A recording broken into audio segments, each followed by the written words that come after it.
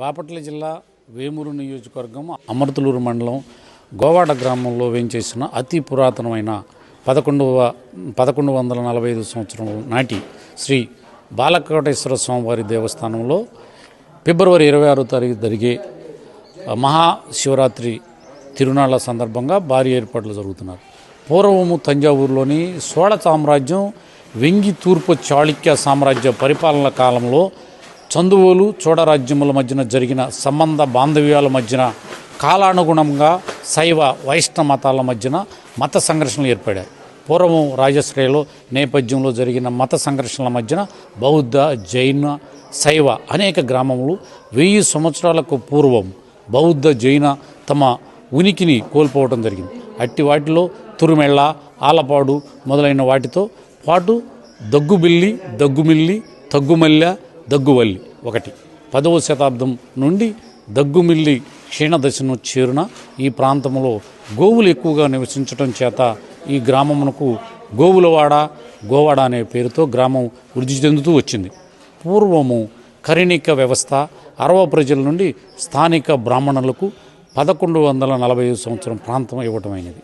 పూర్వము గోవాడ దగ్గుమిల్లులకు కరణములు ప్రత్యేకంగా ఉండేదివారు. మొదటిసారిగా విజయనగర సామ్రాజ్యంను పరిపాలించిన రామదేవరాయల వారు శ్రీ చిలకమర్తి అయ్యవార్లకు దగ్గుమిల్లి గోవాడ 2 గ్రామాలు కలిపి ఏకగ్రామంగా కరణీయంగా ఇచ్చారు. ఆనాడు ఉనికిని కోల్పోయిన దగ్గుమిల్లి గ్రామం కాలక్రమంగా గోవాడగా ప్రసిద్ధి చెందింది.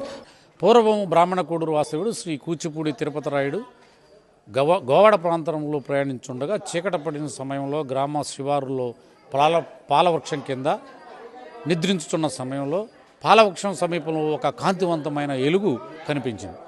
ఆ వెలుగును పరిశీలించగా ఒక పాము పుట్ట రూపంలో ఉన్న లింగమూర్తి ఆకర్షణీయంగా కనిపించింది. ఈ విషయమై శ్రీ కూచిపూడి తిరుపతి రాయుడు గారు గోవాడ గ్రామ ప్రజలకు మరియు తన బంధువులకు ఈ విషయాన్ని తెలియజేసి వారి సహాయ సహకారంతో 1904 సంవత్సరంలో శ్రీ బాలకోటేశ్వర స్వామివారి దేవస్థానంను ఈ ప్రాంతంలో నిర్మించడం జరిగింది.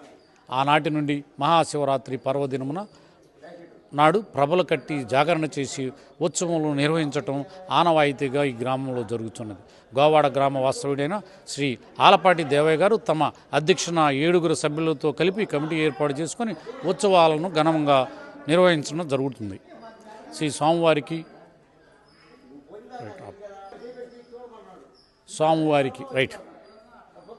ఈ స్వామివారికి ఉత్సవంలో వచ్చిన ఆదాయాన్ని వాస్తవుడైన ఆలపాటి దేవయ్య తమ అధ్యక్షతన 7 సభ్యులతో కలిపి కమిటీ ఏర్పాటు చేసుకొని ఉత్సవములు ఘనంగా జరుగుతూ వచ్చిన ఆదాయంతో 1930 సంవత్సరంలో ఈ దేవస్థానం నల్లరాతితో పునర్నిర్మాణం చేశారు. శ్రీ స్వామివారి కుడివైపు శ్రీ వీరభద్ర స్వామివారు, ఎడమవైపు శ్రీ పార్వతీ అమ్మవారిని ప్రతిష్ఠించారు. ఈ దేవస్థాన నిర్వహణ కొరకు 15.5 సెంట్లు మాగాణి 15 ఎకరాల 1.5 సెంట్లు మాగాణి భూమిని ఏర్పాటు చేశారు. 15 దేవస్థాన నిర్మాణం కోసం అప్పట్లో సుమారు 15 ఎకరాల మాగాణి భూమిని ఏర్పాటు చేశారు. 1930 సంవత్సరం నుండి ఈ దేవస్థానం మహాశివరాత్రి ఉత్సవాలు 5 రోజులు ఘనంగా నిర్వహించడం సాంప్రదాయంగా వచ్చింది. 1942 సంవత్సరం ఆగస్టు 11వ తేదీన ఈ దేవస్థాన బాధ్యతలను ప్రభుత్వం హిందూ దేవాదాయ ధర్మశాఖ చేపట్టింది. అప్పటి నుంచి మహాశివరాత్రిని అత్యంత వైకంగా ఘనంగా ఎగ్జిక్యూటివ్ ఆఫీసర్ నిర్వహణలో జరుగుతుంది.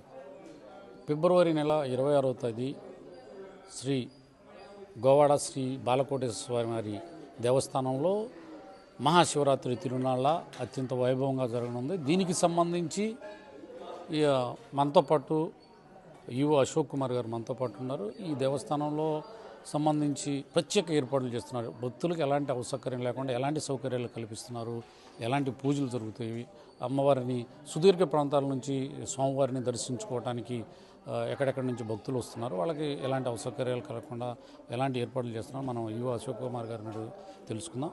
నమస్కారం అశోక్ కుమార్ గారు.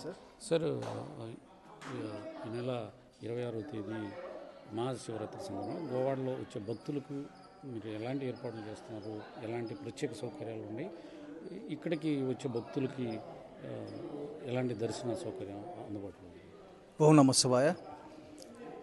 గోవాడ గ్రామంలో వేచేసి ఉన్న శ్రీ బాలకోటేశ్వర స్వామి దేవస్థానము ఇంతకుముందు ఉమ్మడి జిల్లాలో ఉంది, గుంటూరు జిల్లాలో.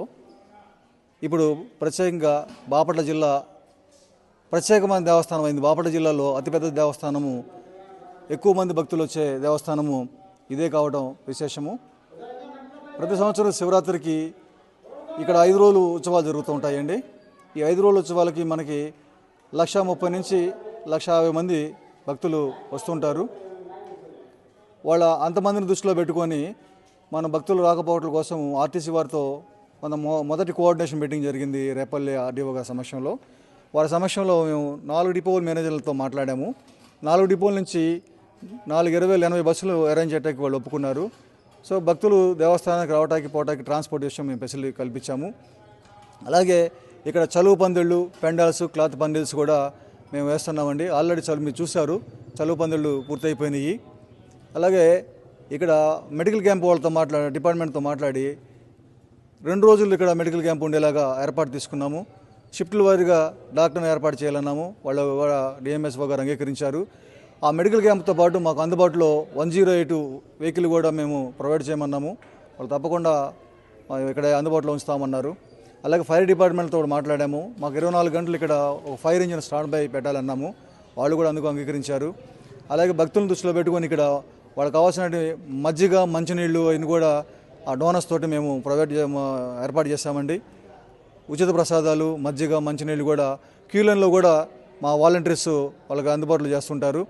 అలాగే ఈ షెడ్లో ఉక్కపోతగా ఉంటుందని చెప్పేసి మేము అన్ని చోట్ల కూడా ఫ్యాన్లు బిగించామండి. ఈ సంవత్సరం చల్లు పందుల్లో కానీ షెడ్లో కానీ ఆ భక్తులు సౌకర్యమే ఈ ఫ్యాన్లు కూడా బిగించడం జరిగింది.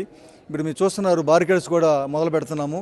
రేపు 15వ తారీఖు అంటే రేపు ఉదయం 10 గంటలకు అన్ని డిపార్ట్మెంట్లోటి ఇక్కడ కోఆర్డినేషన్ మీటింగు గౌరవనీయులు ఆర్డీఓ గారు ఏర్పాటు చేసి ఉన్నారు. రేపు అన్ని డిపార్ట్మెంట్ అధికారులు కూడా వస్తారు. వాళ్ళ నుంచి కూడా మేము ఇంకేమి సహాయం కావాలో మేము వాళ్ళని కోరుతాము. ముఖ్యంగా పోలీసు బందోబస్తు. ఈ తిరునాళ్ళంటేనే పోలీసు వారి యొక్క బందోబస్తు మీద ఆధారపడి ఉంటుంది. ఎందుకంటే ఇక్కడ రోడ్డు కొంచెం కంజెషన్గా ఉండటం వల్ల ఆ ట్రాన్స్పోర్ట్ వెహికల్స్ రాకుండా పోలీసు వాళ్ళు జాగ్రత్త తీసుకుంటారు. ట్రాఫిక్ జామ్ కాకుండా వాళ్ళు ఒక ప్రిస్క్రిప్షన్ తీసుకుంటారండి. నిన్న రోజు గౌరవనీయులు ఎస్పీ గారు, డిఎస్పీ గారు అందరూ కూడా వచ్చి ఇక్కడ ఈ పరిసరాలను కూడా పరిశీలించి వెళ్ళారు. కార్ పార్కింగ్ ఎక్కడ పెట్టాలి, అలాగే భక్తులు క్యూ లైన్లు ఎలా ఉంటాయని వాళ్ళు వివరం తెలుసుకొని వెళ్ళారండి. వీటితో పాటు మరి ఇక్కడ మేము ఒక ప్రత్యేకమైన దేవస్థాన ప్రభ ఏర్పాటు చేస్తాము. అలాగే చుట్టూ కూడా ఈ పరిసరాలను కూడా కవర్ అయ్యేటట్టు ఫ్లడ్ లైట్లు మేము ఏర్పాటు చేస్తున్నాము.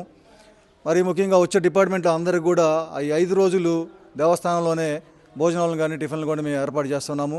ముఖ్యంగా సీసీ కెమెరాలు అండి. చుట్టూ దాదాపు 40 నుంచి 50 కెమెరాలు మనం ఈ చుట్టూ సర్వైనింగ్ అంతా కూడా సీసీ కెమెరాలు కవర్ అయ్యేలాగా చూస్తుంటాము.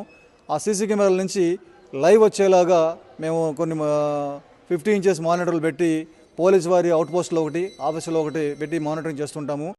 శ్రీ బాలకోటేశ్వర స్వామి దేవస్థానం, గోవాడ.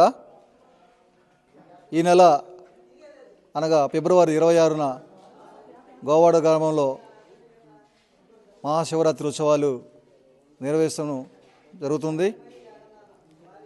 ఈ బాలకోటేశ్వర స్వామి దేవస్థానంలో తిరునాళ్ళ సందర్భంగా 2,000 రూపాయల అభిషేకాలు కొనసాగుతూ ఉంటాయి. భక్తులు గమనించండి. మీరు దూర ప్రాంతాల నుంచి వచ్చి ఇక్కడ అభిషేకాలు చేయించుకున్న ఆలోచన ఉన్నవారు నా వాట్సాప్ నంబర్కు మీ వివరాలు పంపించగలరు.